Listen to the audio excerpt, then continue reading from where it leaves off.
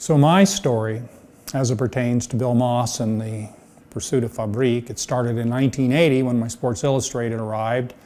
Had a feature on tents. Each page had a tent, but there was a centerfold set in the White Sands National Monument, New Mexico, and it was a Optimum 350 designed by Bill Moss. I saw this, I got really excited, sent away for the brochure. The brochure came and it had a sketch of a little river, decks on either side with Moss's tents on top of each deck. And I saw that and I just, right then I go, you know what, this is what I want to do with the rest of my life. I want to build the world's greatest tent resort using a Moss tent design. And so I set out to do so. Shortly thereafter, somebody approached and said, Bill, we lease this 48 acres. It has this old 1914 bathhouse. The water still flows at 102 degrees, and we're restoring it. And I looked at it, and this little floodplain, a perfect place for the tent resort, and I said, sign me up. So we raised about $400,000, and we built what Sunset Magazine described as one of the nicest spas on the West Coast. Well, before I got involved, some people got killed going over the railroad tracks, which was the only access to the property. The heirs of the deceased sue the railroad, they sue us. We're shut down. I wake up one morning, my house is, I don't know, 3-4 weeks away from foreclosure. A buddy of mine calls, said, hey Bill, I hear you're in a bit of a spot.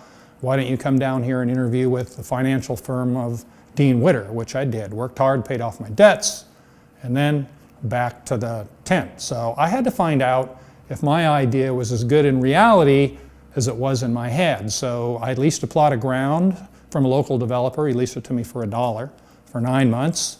I built the prototype, and really it took all 9 months, and I finally got it lit up and ready to go. Oh my goodness, I was like totally on the right track, but then I had to tear it down.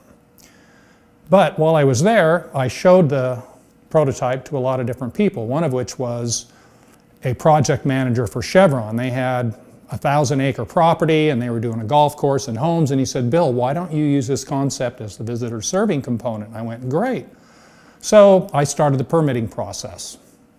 And then Jeff came to me and he said, you know what, Bill, I'm sorry, but Chevron's getting out of that business, and they sold that property. So next, I found this property in Cambria, about 700 acres, was owned by Malaysians. They had tried to get a traditional development, houses and golf course there, and the community fought tooth and nail against it. It didn't work, and I convinced them that I could get my project through. Well, it took 3 years of fighting the activists before finally getting unanimous approval from the Coastal Commission to put my project there. So next, I sought financing from Adidas. So first I started their advertising firm in San Francisco, went up there, made a presentation, got out of the presentation, the telephone rang, and I said, Bill, you know what, we've run out of patience, and we sold the property.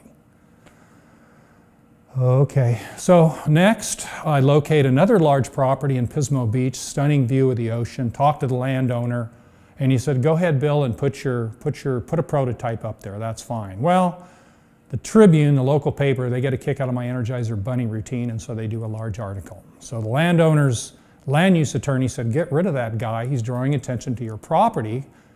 The Coastal Commission is not going to like that. He calls me up and said, Bill, sorry, but no, this isn't going to work. So I'm leaving Starbucks. An acquaintance of mine goes, whoa, Bill, he flags me down. And he said, you know, I saw that article in the paper, Bill, and he said, I have a part interest in a property, 130 acres up on the East Cuesta Ridge, beautiful view of the county. I'd like to do what you're doing. And I went, great, so let's go take a look at it. And I went, wow, this is an incredible piece of property. So I brought in another investor and we acquired the property. This is 2001.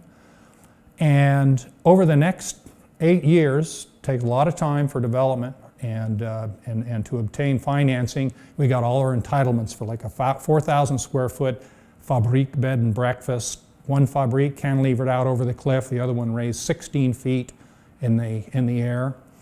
And then all of a sudden in 2008, 2009, the stock market crashed, the real estate market crashed, the bank calls in the loan, I couldn't make the payments, I had to walk away from the property. You know, the other setbacks, you know, that I got over those pretty good. This one hurt. This one hurt. And it took me a couple of years to kind of lick my wounds. And then finally one day I closed my eyes and I imagined that the string was attached to islands in the sky, and I cut it loose.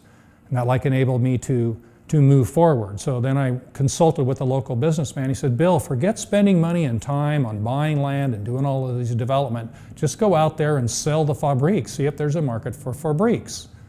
So yeah, that was 35 years of continuous effort. And the silver lining, it was only a couple of years ago that I met Mehrdad Raven and his Global World Architects, and they did that sensational work on the side window walls and the front entryway to kind of put the design frosting on the cake, so to speak, for Fabriq. So, you know, I'm proud of myself on one hand that I've stayed in the game, and another silver lining is look at Fabriq now. I mean, it's such a stunning thing, so I'm extremely excited to bring Fabriq to market. And yeah, that's my story.